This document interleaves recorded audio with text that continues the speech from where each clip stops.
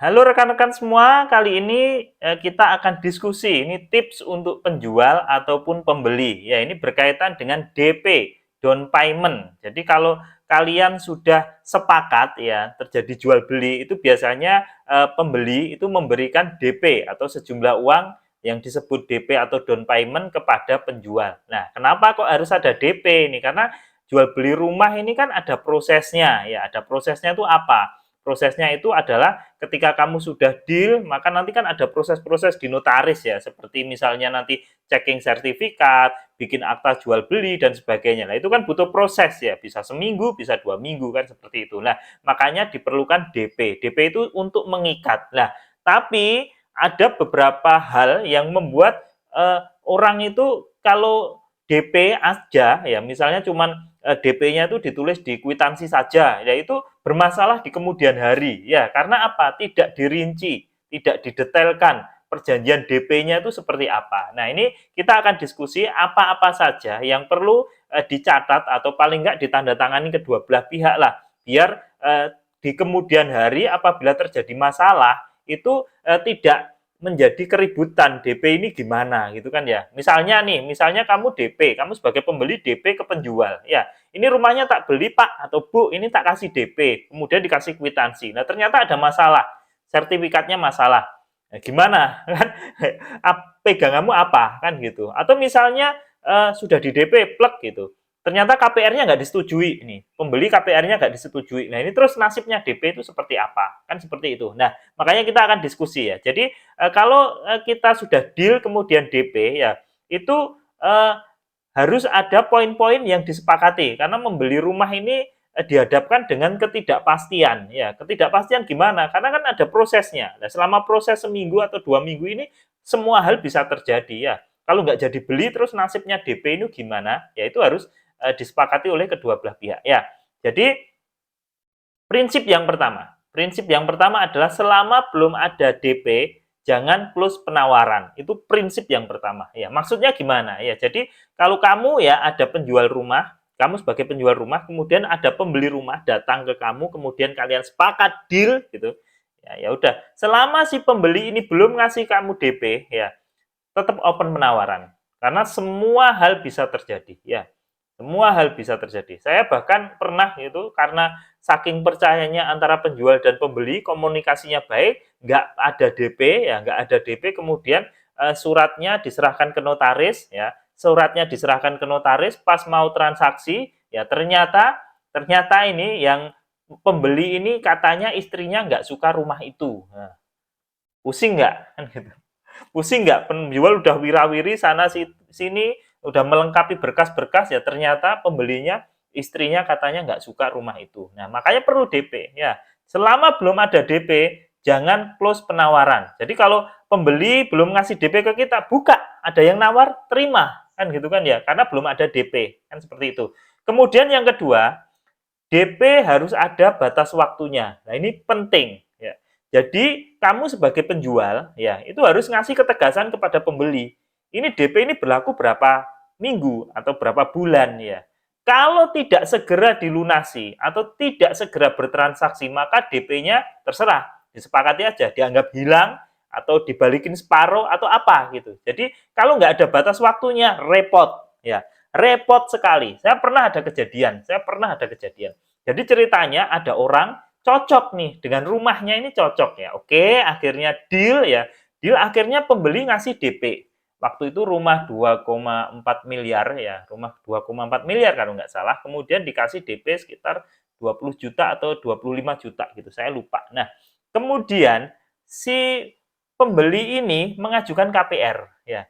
Pembeli ini mengajukan KPR dan yakin bahwa KPR-nya itu telah disetujui. Nah, ternyata KPR-nya ditolak oleh bank. Bukan ditolak sih, ini plafon yang diinginkan ternyata lebih rendah. Nah, akhirnya dia mencoba ke bank lain. Nah, ketika dia mencoba ke bank lain ternyata tidak sesuai harapan juga, maka dicoba ke bank lain juga. Dan itu prosesnya udah lama. Pembeli nggak bisa jual ya karena sudah ada DP ya. Penjualnya ini masih cari-cari KPR di tempat lain gitu. Nah, kalau udah kayak gitu gimana? Pembeli kan digantung. Bayangin, 2,4 miliar kamu baru terima 25 juta gitu buat DP gitu. Tidak ada jangka waktunya lagi. Ya, kalau kamu sebagai penjual gimana?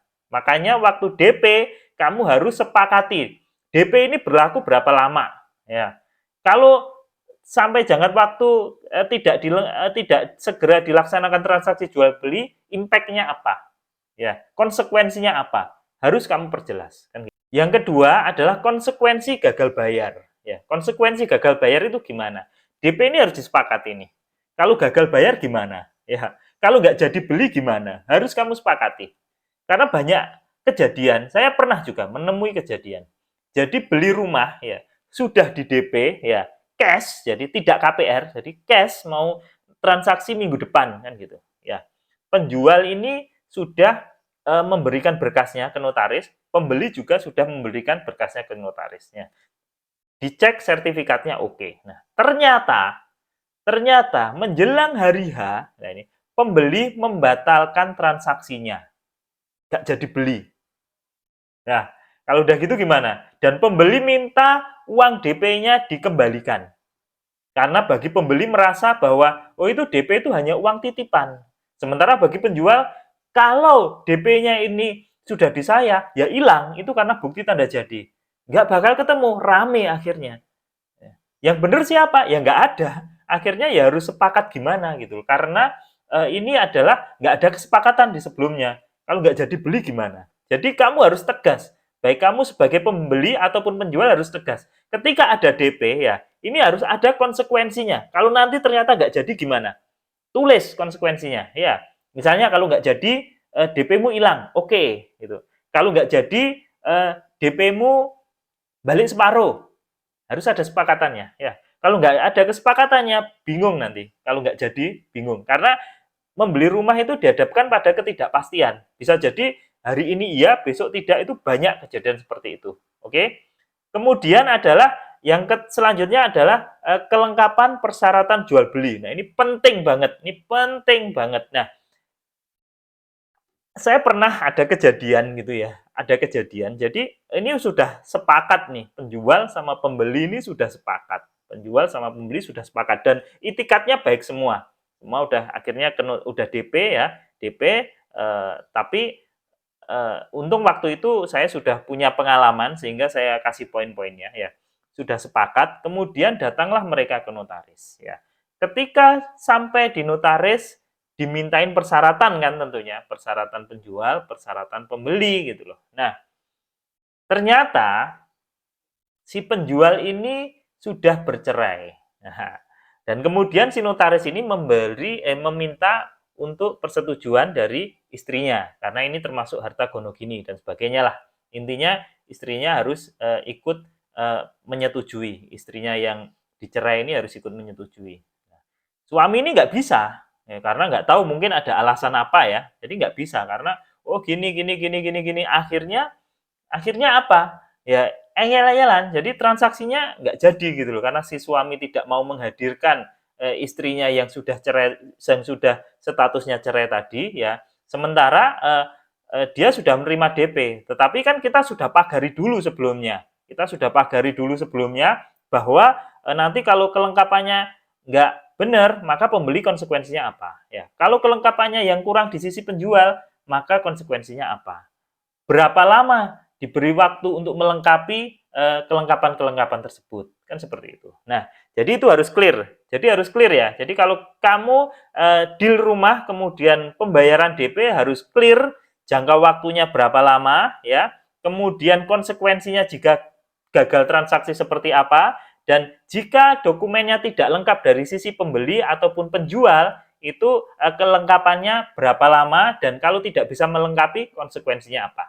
Jadi itu ya teman-teman, sharing tentang DP rumah, down payment saat terjadi deal transaksi rumah. Nah, kita ketemu lagi di diskusi-diskusi selanjutnya. Semoga bermanfaat. Assalamualaikum warahmatullahi wabarakatuh.